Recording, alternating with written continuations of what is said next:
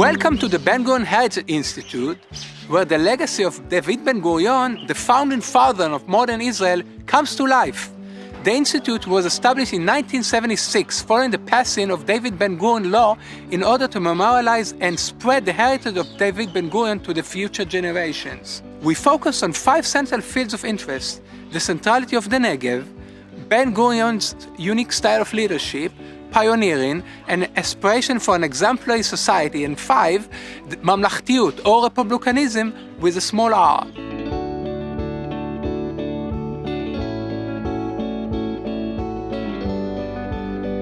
Our aim is to engage in a dialogue on the relevance of Ben-Gurion's heritage today, both within Israel and overseas. Over 160,000 people participate in the Institute's activities annually. A central message in our activities is based on Ben-Gurion's quotes: "Words which are not connected to deeds are absolutely nothing." Ben-Gurion's legacy is to encourage active citizenship. The Ben-Gurion Visitor Center in the Archives building is an example of a fruitful cooperation with Ben-Gurion universities. Groups from Israel and abroad encounter dramatic historical documents which change the path of Jewish history. I will end with Ben-Gurion's famous quote when visiting the new kibbutz members of the Arava in 1957. "Dare, persevere, succeed." We look forward to seeing you in the person. Come to the Negev. David Ben-Gurion's home and the museum stand as witnesses to his remarkable journey and commitment to the dream of a Jewish homeland. Each photograph, each document, and each piece of history on display serves as a window into the monumental chapters of David Ben-Gurion's legacy.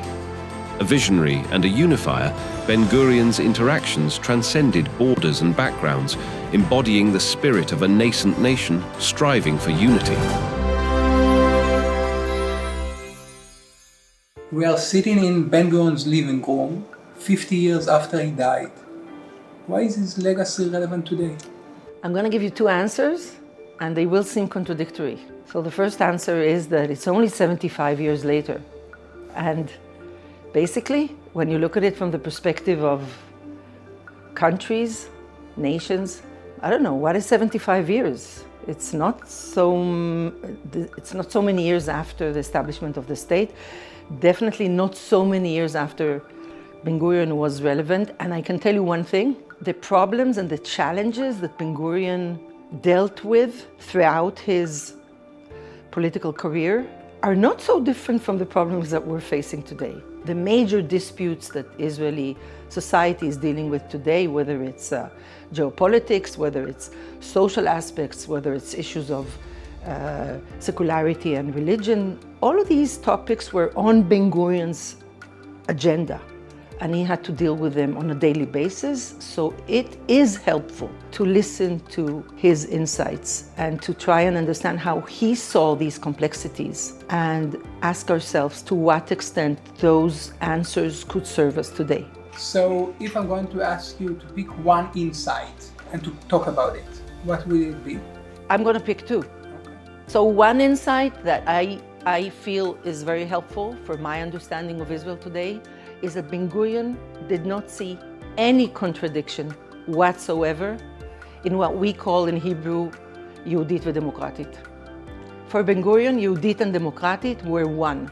In other words, because Judaism has the Jewish belonging, the Jewish identity, or the Jewish philosophy, if you wish, we might consider it a particular, right? It's a symbol of particularity, meaning there are certain people who define themselves as Jewish.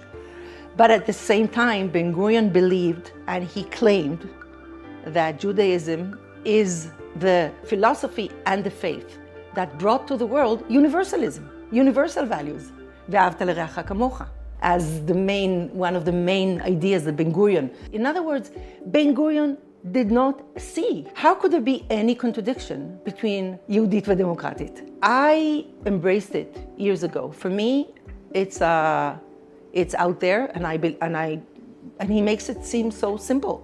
So that's one thing I'm definitely taking from him. And the other one is personal. בנגב ייבחן העם בישראל. What can I do? I mean, in the Negev, the people of Israel will be tested. What can I say? I mean, the Negev, well, in the Negev, all of us are tested. His understanding that the Negev is a must. Do you think we passed the test? Okay, so now you're asking me the same question that an interviewer asked Ben-Gurion, right, years ago. He asked him, so did we fulfill, or, right, are we there? And he said, not yet, right? That was his answer. He said not yet regarding the state of Israel and the Negev. Both. I think he's right, not yet. Now, you have to ask me. Why? No, you have to ask me another question. You have to ask me, is it good or bad that we did not pass the test as yet? And the answer is? It's good. Why? There's more positivity to it than negativity to it. The fact that we still did not pass the test. Exactly. But why? Why is it more positive? Because according to Ben-Gurion's way of thinking, the fact that we are under test, the fact that we are challenged on a daily basis, the fact that we have to deal with the challenges, the difficulties, that we cannot lean back. It's a constant reminder that we should not lean back and say, we've done it, we're there, let's go, let's go chill, as the kids say, okay? So what you're basically saying is that the constant challenge in the Negev is a positive thing that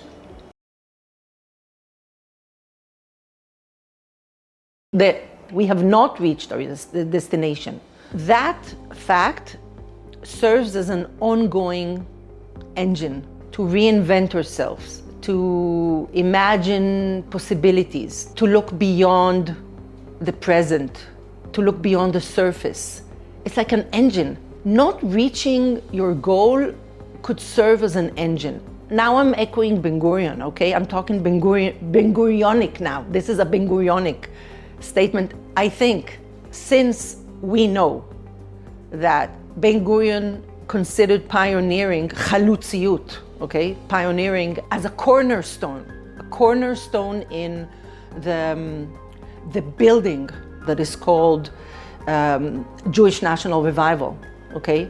Since he considered pioneering to be a cornerstone in that construction, and since we both know that he considered pioneering as, I'm going to say it in Hebrew because it sounds so good, Iyashlama im hametziut, not coming to terms with reality, because we know that he never thought that pioneering should not be part of that cornerstone, then according to his perspective, we should be able to talk about pioneering when Israel will be 200 years old.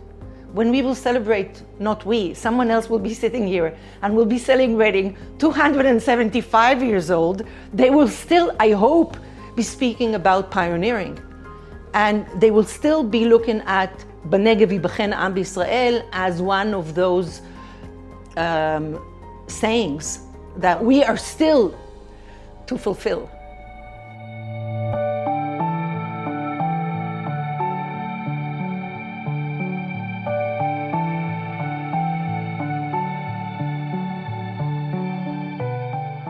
We are in Ben-Gurion's living room, and once we entered the house, we saw many Jewish artifacts, like Moses, like the burning bush, like many holy books. And my question to you is, he was a secular Jew, and in one of his interviews, I recall him saying that he does not believe in God. How come there are so many Jewish artifacts in this house? So first, let me disagree. Come on. Everybody says he was a secular Jew. What defines a secular Jew? He said he does not believe in God. Well, I'm sorry, I have a different saying of his, where he says he does believe in God. Do you want me to quote it for you? Let me read from one of the letters. There are lots of evidences, there's lots of documentation of this sort. I'll read you one because it's quite clear cut, okay? Okay. I believe in God, which means in the Almighty, in the one Almighty. I think that's probably a reasonable translation to what he says here. Without this faith, he uses the word faith, very secular of him. He uses the word faith. He says, without this faith, I am not able to understand and to know the existence of the world and mankind and humankind. There wasn't any mezuzah in Ben-Gurion's here, not in the entrance, not in the rooms. So once you say Ben-Gurion believe in God, and yet many little things that people that believe in God have in their home, Ben-Gurion did not. So the part that Ben-Gurion did not feel attached to is the religiosity part. In other words, you are right. Did not have a mezuzah, then they put it on because he was a public figure, so they needed to have a mezuzah for our people. When we know he did not marry under a chuppah, we know that. We know he did not keep Shabbat, we know that, okay? He did not live a religious way of life.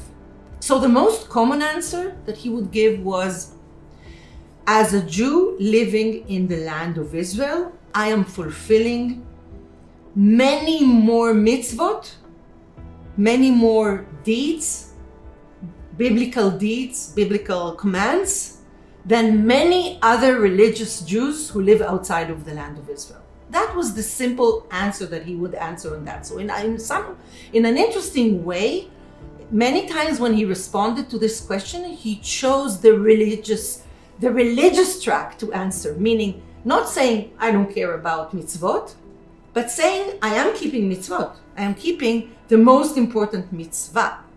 I am settling the land of Israel. I am living in Eretz Israel. He wanted the young members of American Jewish communities, he wanted them to come for 1 year, not for 2 weeks, not for 1 month. He wanted them to come for 1 year, and he wanted them to study here because he wanted them to know Hebrew, because he was hoping that the Hebrew will strengthen those ties, that because he understood that language is also culture and language is also identity. Now, let me just say something about that artifact. If we want to illustrate this alternative that Ben-Gurion was quite happy with, we can take a look, we can take a glance at the little statue that we have here, at the artifact that is right here behind us of Supreme Court Judge Louis Brandeis. And the statue was given to Ben-Gurion as a present from the university called Brandeis University, okay? The university dedicating his name, honoring Brandeis' name. The interesting thing about this present is that the writing on the present says that in the honor of, I think it's Ben-Gurion's wedding anniversary, if I'm not mistaken, they have established a scholarship fund. Guess for what? For the exchange of American students to Israel. In other words, for sending American Jewish students to study in Israel, for a study abroad in Israel for 1 year. So you are basically saying that Ben-Gurion's day is relevant today to the American Jews because Ben-Gurion pointed on the importance of a greater community and the ongoing relationship and exchange programs between Israeli students or adolescents to the youngsters and the students abroad. First of all, I meant that the importance of American Jewry, the American Jewish communities, as the importance of Jewish communities around the world, is that they are we. We all belong to a greater community. Okay, that's one. But that's abstract, I agree.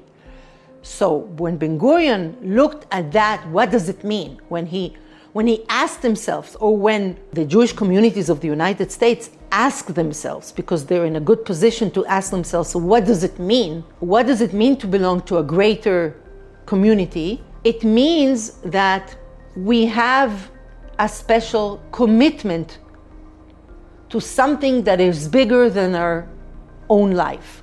We all have commitments, right? We have commitments to our families, we have commitment to our works, we have commitments to our community where we live, to our neighborhood. We have all kinds of commitments. Ben-Gurion added another commitment, and that is the commitment to the greater community. And the American Jewish communities accepted it. It made sense for them. And that's why before the state was established, American Jewish leaders contributed to the establishment of the state. One cannot understand the establishment of the State of Israel if we do not take into consideration the mobilization of American Jewish individuals and communities to support the establishment of the State of Israel in establishing and founding the IDF, founding the force of Israel, in founding settlements, in founding welfare for the people of this country. One cannot understand this. And then later on in supporting education, and culture, and I mean, you name it. But it's not only the support by mobilizing to provide the means, it's also by integrating the values into it. Because when American Jewish individuals and communities get involved also, they bring their values with them, the values of the importance of community, expressing your Jewishness. There's a whole set of values, the values of plurality, of pluralism, the values of accepting diversity. When different Jewish communities, and more so Jewish communities that are based in liberal countries around the world, but of course the United States, when they are still committed to Israel, they are still committed not only by providing means for Israelis to do for themselves. They are committed by investing themselves, their love, their care, their affinity, their identification, an identity, their sense of belonging. So, Ben-Gurion's day in the US, how can you imagine it? So it's an opportunity. It's an opportunity to celebrate our belonging to the greater community. Ben-Gurion is still relevant, and he's still relevant because most of the topics that he dealt with are still very much relevant to our daily life. So for me, Ben-Gurion's day is that one day a year that we all gather around his burial site, and in a way we have to give him an account. What have we done with all those things that were on his table and are on our table? So this is kind of going back to Ben-Gurion and saying, yes, I know, Ben-Gurion, you talked about the gathering of exiles, we're taking care of that. Wait, it's taking time. I know you said we have to settle the Negev. Okay, we're working on that. It's taking time. And because Ben-Gurion claimed that we are all one, that all the Jewish people belong to the same greater community, so if it's relevant for me as a Jewish Israeli, it's definitely relevant for any person who defines himself or herself as Jewish on earth, in the world. Jewish American individuals and communities can gain a lot from mentioning this day, from celebrating this day, and reminding themselves those ideas that he had for them, the plans that he had for them, and the dialogue that he had with them, and reminding themselves that all those things that were then on their agenda are still relevant today, including the commitment. So tell us more about the institute you work in. So the Ben-Gurion Research Institute for the Study of Israel and Zionism is an interesting academic entity. So yes, we study Ben-Gurion, which is fascinating, and believe me, there's still more work for the generations to come. So the institute is committed to do research on the history, the philosophy, the politics, the culture, the society, you name it, of the State of Israel. We're a community of scholars, and we do ongoing research that is aimed at uncoding this riddle that is called the State of Israel. We do it also by teaching and raising the next generation of knowledgeable people who are interested, and to teach it academically in a way that will enable us to train the future experts of Israel, not only in Israel, but also around the world.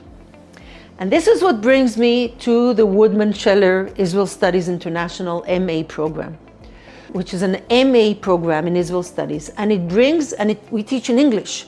So it enables anyone who is interested in Israel and how Israel came about can come and study for 2 years and even do a master thesis about Israel. So we have students from all over the world. Learning about Israel is relevant to human beings. Maybe because, as Ben-Gurion said, there is no contradiction between particularity and universality. There's no contradiction between Jewish and democratic. There's no contradiction that Israel is very Jewish, but is also very universal and democratic. And that's why the Woodman-Scheller Israel Studies International program is so much relevant. We're producing the ongoing knowledge that is so much needed for us to be able to understand ourselves. And when I say ourselves, it's not only our Israeli and Jewish ourselves, it's our humankind ourselves. Here, among the Zin Valley of the Negev, lies the resting place of a visionary who transformed the arid desert into a land of opportunity.